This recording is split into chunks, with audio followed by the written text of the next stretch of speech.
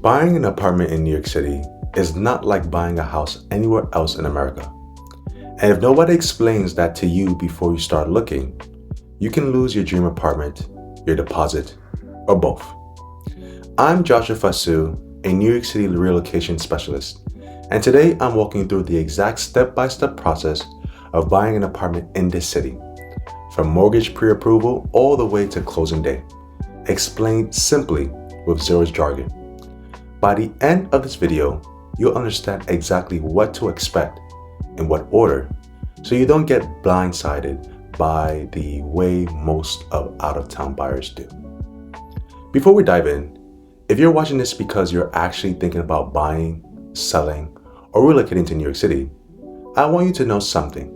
People just like you reach out to me every single week with the exact same questions we're about to cover. Whether you're relocating for a job, moving closer to family, or just ready for a change, you don't have to figure this out alone. All my contact information is right in the description below. Reach out anytime, no pressure, and let's talk about your specific situation. Okay, let's get into it. Okay, let's start with the thing that trips up almost every relocation buyer before they even start looking. What kind of apartment are you actually buying? If you're coming from most other parts of the country, you're used to buying a house.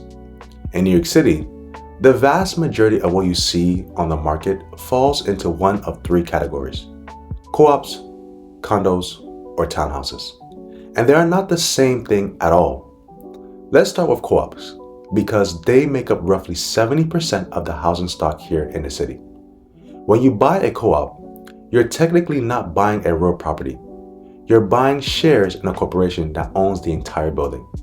And along with those shares, you get a proprietary lease to live in your specific unit. That might sound strange, but it's been the standard here for decades, because you're joining a corporation. Co-ops come with a board approval process. The building's board reviews your finances, things like your debt to income ratio and how much money you'll have left over after closing, which is called post-closing liquidity. Some boards also restrict how you can finance a purchase, whether you can rent the unit out later or what kind of renovations you're allowed to do. It's a whole layer of the process most relocation buyers have never dealt with before, and we're going to break that down in detail in just a minute. Then you've got condos. With a condo, you own the real property outright, kind of like buying a house. Financing is more flexible, the approval process is much easier. Sometimes it's just a right first of refusal from the building rather than a full board interview. And you're generally free to rent the unit out if you want to. Because of all that flexibility, condos usually cost more per square foot than a comparable co-op in the same neighborhood. And then there are townhouses. These are rare and they're expensive. But if you want a private, multi-floor building with no board and no shared walls with the same kind of building-wide rules, this is basically New York's version of a single-family home. Here's a misconception I run into consistently. People assume apartment automatically means co-op. It doesn't. Which one makes sense for you depends on your financing situation, your timeline, and how you want to live. And that's usually one of the very first conversations I have with anyone relocating here. Next up, and this one matters more in New York than almost anywhere else. Get pre-approved before you start seriously touring apartments. In this market, agents and sellers move fast, and honestly, most of them won't even take you seriously for a showing without a pre-approval letter in hand. Not a pre-qualification, a pre-approval. Those are two different things. A pre-qualification is quick and informal, basically a lender's estimate based on what you've told them. A pre-approval is the real deal. It's been verified, it carries weight, and it tells sellers you're a serious buyer. If you're relocating, pay close attention here, because this step often takes longer than people expect. If your income is coming from out of state, if you're self-employed, or if you're moving for a new job that hasn't technically started yet, lenders are going to want extra documentation, things like offer letters or additional employment verification. My advice? Start this process 4 to 6 weeks before you plan to seriously start touring apartments, so it's not holding you back once you find a place you love.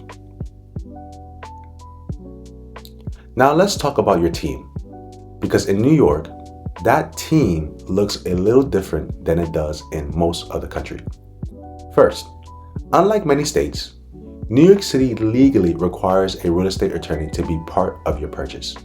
This isn't optional, and it's not the same as a title company handling everything for you at the end, which is how it works in a lot of other markets. Your attorney reviews the contract, digs into the co-op or condo's financials and building documents, and ultimately handles your closing. Then there's your buyer's agent, that's me in this scenario, who represents your interests throughout the process, finds you the right listings, negotiates on your behalf, and walks you through every step. And in most cases, this service is free to you because the seller is the one paying the commission. And finally, your lender, who provides your financing and eventually issues your commitment letter once your loan is fully approved. If you're relocating, here's my biggest piece of advice. Line up your attorney and your lender referrals before you land in the city. The worst position to be in is finding the perfect apartment and then scrambling to find a team on a 2-day deadline. Have this ready to go in advance. Now, let's talk about actually looking at apartments, because the pace here catches a lot of relocation buyers off guard. Inventory moves fast. A well-priced apartment in a desirable building can go under contract within days, sometimes even less. That means the open house every Sunday, take your time approach that works in a lot of other cities just doesn't work the same way here. You'll see a mix of public open houses and private showings scheduled directly through agents. And for relocation buyers specifically, I'd encourage you to think about neighborhood strategy just as much as the apartment itself. Your commute, walkability, building amenities, and overall lifestyle fit often matter more here than raw square footage. And here's a misconception I hear all the time. I need to see everything before I decide. I understand the instinct, especially if you're moving from somewhere with a slower market.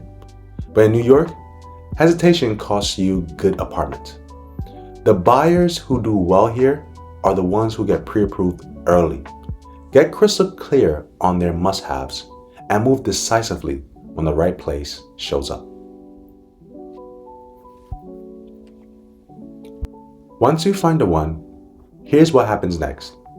Offers in New York are typically made verbally, through your agent to the listing agent, not as a written, binding contract like you might expect from other states. Once the offer is accepted, your attorney and a seller's attorney draft and review a formal contract. And that's when you typically put down a contract deposit, usually around 10% of the purchase price. And that leads to a really important misconception to clear up. An accepted offer does not mean the deal is done. In New York, nothing is truly locked in until both sides have signed a contract. Until then, either party can technically walk away. It's a different rhythm than what a lot of relocation buyers are used to. So I always make sure my clients understand this upfront.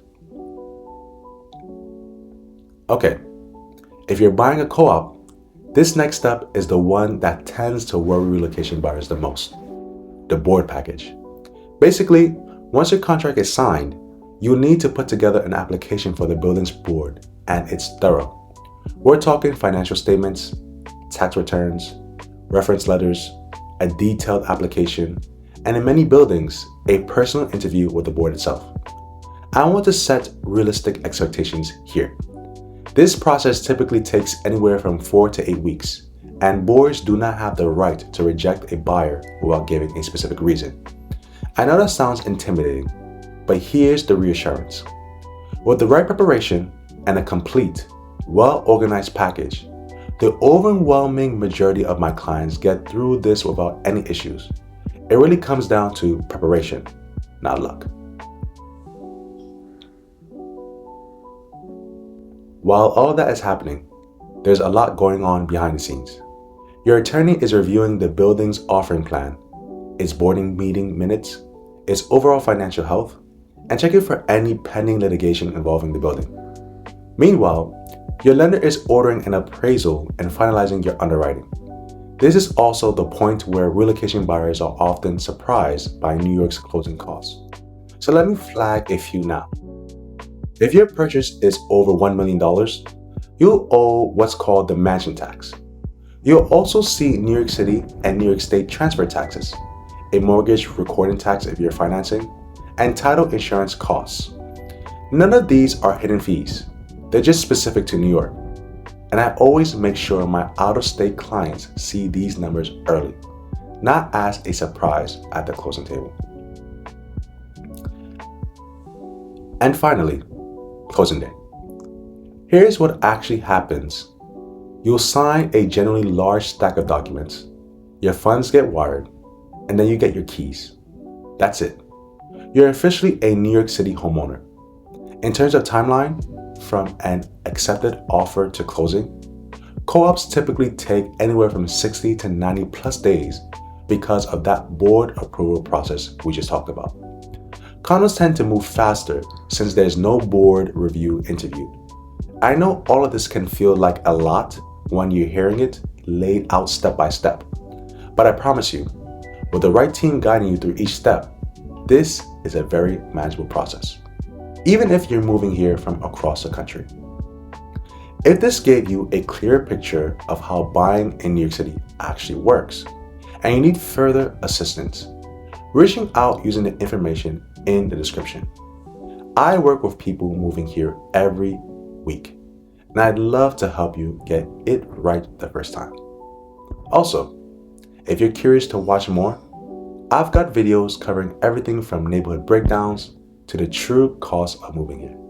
So check out more videos on this channel to keep learning before you make your move.